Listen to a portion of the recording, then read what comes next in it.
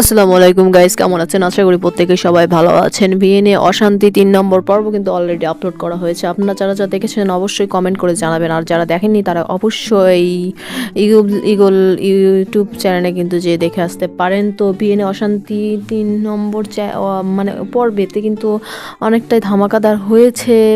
শ্রুতির মধ্যে কিন্তু আর শ্রাবণের মধ্যে কিন্তু অনেকটাই ঝগড়া বিবাদ কিন্তু লেগে আছে। তাদের মধ্যে কিন্তু তার শ্রুতির ননন কিন্তু ঝামেলাটা বাঁধাচ্ছে, এবং কিন্তু শ্রুতির নননের কিন্তু অনেকটাই দোষ ছিল। মিনা কিন্তু অনেকটাই ভুল করেছে, এটা কিন্তু বোঝানোর চেষ্টা করেছে। আর তার বয়ফ্রেন্ড যেসব নোংরা ছবিতে কিন্তু শ্রুতিকে যে ব্ল্যাকমেলগুলো করছিল, সেটা কিন্তু অনেক বড় অপরাধ হয়েছিল। যখন বিয়ে বাড়িতে যখন ওসব হচ্ছিল, তখন কিন্তু সেই ছেলেটা কিন্তু 1 লাখ টাকা দাবি করছিল, সেটা কিন্তু দিতে গিয়ে কিন্তু ধরা পড়ে যায়, এবং কিন্তু শ্রুতি আর শ্রাবণের মধ্যে কিন্তু অনেকটাই বড় ঝামেলা হয়, এবং কিন্তু সে কিন্তু বাড়ি চলে আসার সিদ্ধান্ত নেয় এবং তাকে ছাড়ার সিদ্ধান্ত নেয়। তো এখানে মীনাকে কিন্তু একটা কথা বলে যায় যে আমার বিরুদ্ধে যে চক্রান্ত যে করলে, এটা কিন্তু তোমার খুব খারাপ হবে, দেখো।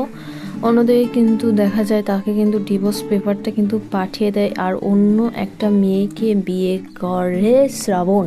এটা দেখার পরে কিন্তু সে অনেকটা ভেঙে যায়, এবং সেই মেয়ে তারা কিন্তু প্ল্যান করে কিন্তু বিয়েটা করেছে। পরে গিয়ে কিন্তু তার শ্বশুর তো এমনি ভালো ছিলই শ্রুতির, কিন্তু তার শাশুড়ি কিন্তু বুঝেছিল যে শ্রুতি কিন্তু আমার বৌমা হিসেবে ভালো ছিল। এই মেয়েটাকে বিয়ে করে নিয়ে আসার পর থেকে কিন্তু অনেকটা বাড়িতে অশান্তি হয়।